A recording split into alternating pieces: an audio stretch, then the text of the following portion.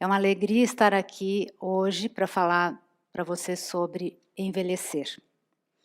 E aí, perdi você já só com a primeira palavra? Eu pergunto isso porque o assunto envelhecer, ele afugenta as pessoas. Tudo ficou mais simples para mim quando eu decidi encarar o monstro. Isso mesmo que eu falei, monstro, porque é assim que o envelhecer é visto. Ele é visto como algo assustador. E eu também percebi que para a gente ter um bom envelhecimento, a gente precisa ter saco. Saúde, autoestima, coragem e ousadia. E eu não estaria aqui hoje se eu não tivesse colocado o tal monstro no saco. E também não estaria aqui hoje se eu não tivesse superado, ou melhor, aceitado aquele momento diante do espelho que você olha e fala, meu Deus, ferrou. Todo mundo quer viver muito tempo, mas ninguém quer ser velho, não é assim? Pois é, eu percebi que além de não querer ser velho, a gente não quer parecer velho. Hoje eu tenho 55 anos e a coragem de ser quem eu sou. Ou seja, uma mulher 50 a mais que não é e nem quer ser uma menininha. Aliás, mulher que não é e nem quer ser uma menininha, está na descrição do Viva a Coroa, o canal que eu criei para entender melhor o meu envelhecer. E como para mim amor e humor são fundamentais, eu inventei esse nome, Viva a Coroa. Você gosta? Pois é, muitas pessoas detestaram. Coroa, que é a gíria para a mulher mais velha, ainda soa pejorativo para muita gente. Mas você sabe, né? Coroa também é símbolo de poder e de muito poder. O movimento pró-idade, ele cresce com força diariamente. Está no Viva a Coroa, está em outros canais, está nos filmes, está nas séries, está nas pesquisas. Algumas marcas começaram a acordar para isso, e isso é uma super boa notícia para quem é 50 a mais. Por outro lado, ainda existem alguns métodos, dietas, cremes que são chamados de anti-idade. E isso nos deixa confusos, né? Também existem essas máximas que são frases que foram surgindo para a gente entender melhor essa fase. Eu entendo que essa confusão acontece porque nós estamos no meio dessa revolução prateada. E essas máximas são coisas do tipo, a idade está na cabeça. Bom, mas eu posso garantir para você que hoje, quando eu acordei, a minha idade estava aqui na minha lombar. Às vezes ela está na minha visão, e às vezes ela está aqui, depende do dia. Também tem aquela outra que, puxa, a minha idade não me define. Tudo bem, sua idade, suas regras, mas para mim, eu vou ser bem franca, a minha idade me define sim, mas ela não me limita. O que não seria eu se não fosse todo 500 mil de horas que eu já vivi nesses 55 anos de vida. Está tudo lá dentro, alegria, tristeza, os fracassos, as retomadas, as paixões, tudo lá. O etarismo, o preconceito contra a idade é um entrave e pode contaminar até os mais velhos. Isso precisa mudar, essa mudança de olhar, essa mudança de mentalidade precisa partir de dentro de nós. Eu vou te contar uma história. Era uma vez uma mulher com 30 e poucos anos que se sentiu velha pela primeira vez. Essa mulher era eu, a empresa que eu trabalhava foi comprada por um grupo e eu me senti velha porque chegaram aqueles novos colegas de trabalho cheios de diplomas e com todo o tempo do mundo. Eu já era uma trintona, mãe, e trabalhava desde os 18 anos de idade e de repente me senti velha, me senti ameaçada pelos colegas mais jovens. Então, tem a cereja do bolo. Um dia eu atendo o telefone, uma central PABX. Quem é 50 a mais aqui sabe o que é uma central PABX, mas eu vejo poucos rostos 50 a mais hoje. E aí a pessoa me disse, senhora, pode anotar um recado? Falei, senhora? Como assim? O cara está lá do outro lado da linha, ele não está nem me vendo. Como é que ele pode estar me chamando de senhora? Então, ser chamada de senhora aos 30 me pegou. A juventude, ela é glamorizada o tempo todo, no mundo inteiro. Para todos os lados que você olha, é jovem, jovem, jovem, jovem. No trabalho, na mídia e até na nossa memória. A gente escolhe se lembrar mais com glamour das coisas quando a gente era mais jovem, né? E foi sofrido para mim ser chamada de senhora aos 30 anos, mas também foi bom, porque acendeu em mim uma vontade de fazer mudanças. E um tempo depois eu deixei esse emprego e fui estudar design de interiores, uma paixão. Então, 3 anos depois, eu me formei e passei de autônoma a lojista.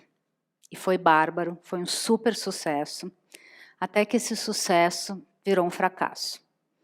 Né? Obviamente, não é o que acontece com todo mundo, mas acontece bastante, e foi o que aconteceu. E esse fracasso me derrubou. Eu caí, despenquei, fiquei deprimida, eu vivi uma fase de luto.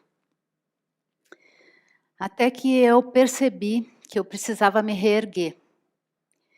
E entrei para um grupo de WhatsApp de muitas mulheres, mais de 100. E era uma festa, né? Tudo que a gente colocava ali naquele grupo, todo mundo celebrava, que maravilha. Qualquer coisa pequena ou grande era uma grande celebração. E isso foi me animando e foi devolvendo a minha luz própria, que andava um pouco apagadinha. Eu fui me animando e, de repente, resolvi estudar fotografia. Me vi lá no consulado americano pedindo um visto de estudante aos 52 anos. A pessoa me pediu, né, todos aqueles documentos, aquela pilha, né, que a gente tem que levar, todo mundo que já pediu visto no consulado americano sabe disso. E uma mulher em torno dos 40 anos começou a fazer aquele questionário, né? 52 anos, estudando, sozinha. Eu falei. Os seus filhos vão ficar com quem?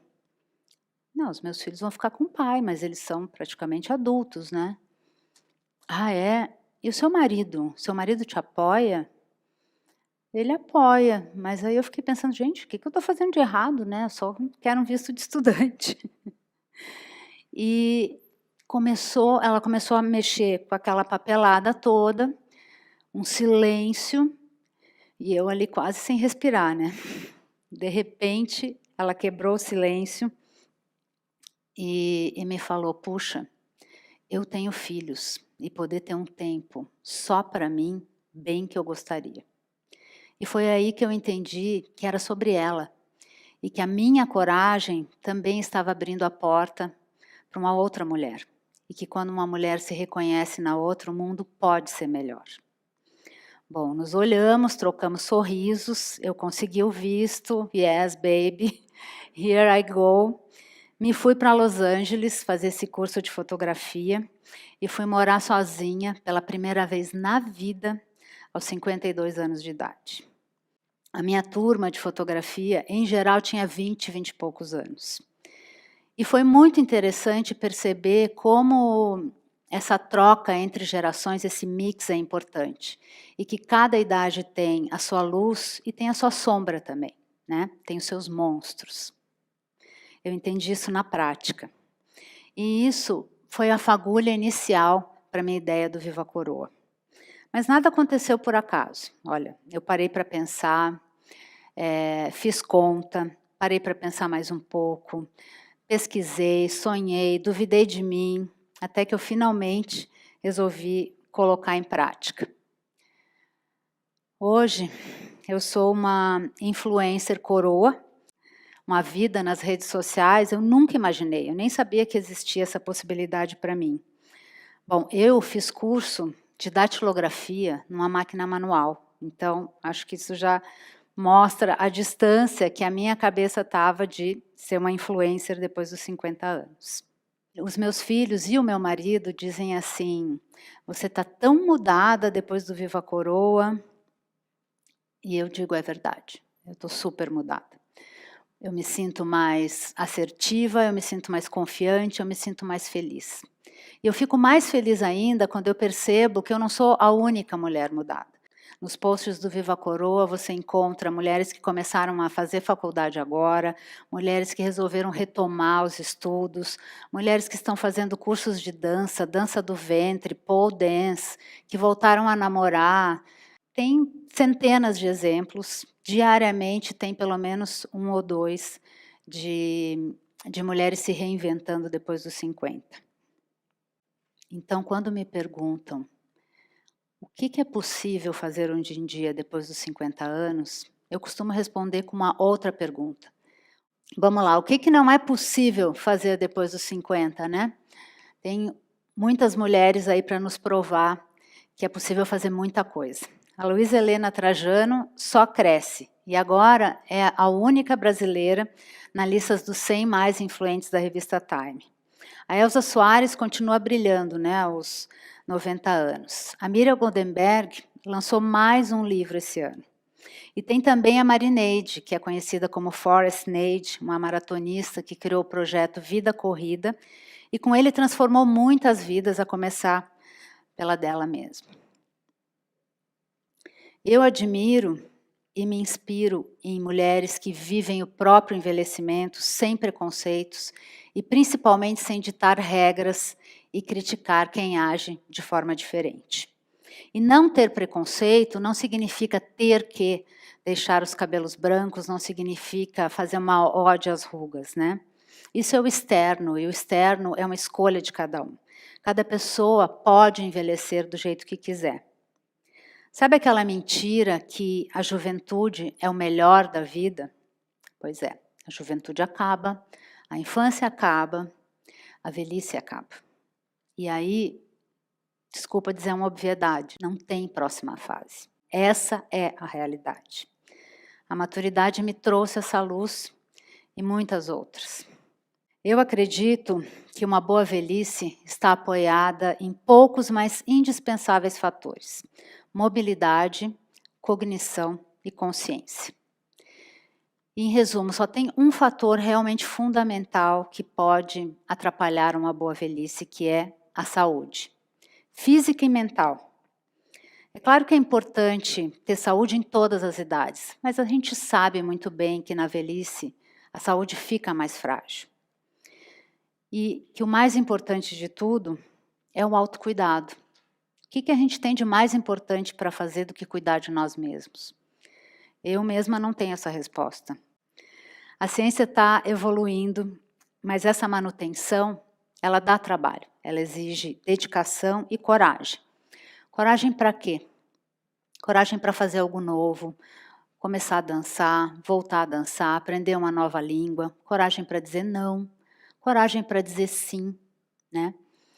E mais, a coragem desperta aquela doce rebeldia que ajuda a derreter os tabus. Quando eu comecei a postar o Viva Coroa, eu ouvia cada coisa, né? Você vai falar disso? Mas quem que quer ouvir falar sobre isso? O isso era o envelhecer, né? Às vezes eu ficava incomodada com aquela rejeição, mas eu ouvia, refletia e ia em frente.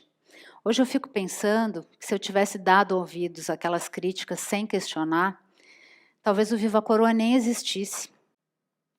A Simone de Beauvoir dizia que para lidar com a velhice é preciso manter o que dá sentido à vida em todas as fases. E o que dá sentido à vida? As pessoas, os relacionamentos, as causas, a produtividade, as paixões. Estar aberta para o novo depois dos 50 ajuda muito, impulsiona. Aprender a ouvir o que me desagrada foi tão importante quanto saber que dizer não, às vezes, também é ok, e que é ok não agradar todo mundo. O tempo enfraqueceu a minha pretensão de saber tudo e deixou mais vivo o meu desejo de aprender mais e de sonhar um futuro. O filósofo Sêneca tem uma frase muito linda que fala do valor da vida e do valor do agora. Que é assim: apressa-te a viver bem e pensa que cada dia é, por si só, uma vida. Depende de nós, coroas, e do nosso saco. Obrigada.